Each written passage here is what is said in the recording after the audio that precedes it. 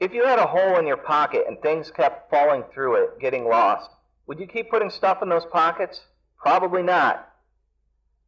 What if everyone around you, every major institute of learning, every media outlet, every politician, every influencer, was constantly telling you that what you were observing to be true wasn't? You might eventually start to believe the propane lighting. You might say to yourself, I never owned a second house key. I must have forgotten the 43 cents at the self-checkout. My debit card was never real. My driver's license was never real. I'm not even sure I'm wearing pants right now. I can feel the fabric against my skin. I know there are legs there, or at least leg-shaped objects, and the downward logical spiral goes. Alice in Wonderland effect at maximum force.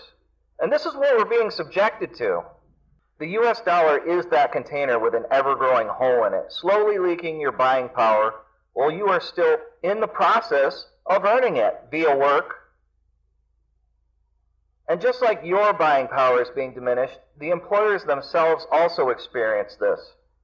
True, it isn't as painful to someone with disposable income, but they do feel it and take it into account, both on a personal level and a business level.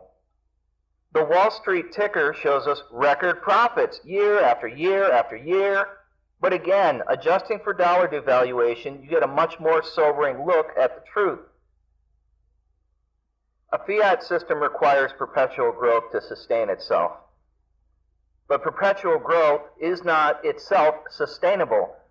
Instead, regulators, fact-checkers, and governmental statistical groups have become adept at perpetual artifice.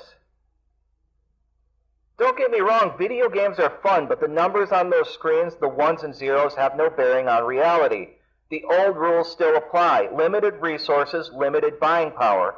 But now the game has moved screens, with one set of information available to the public, thanks Jim Cramer, and the real set of information available only to a select few. That's not us, by the way.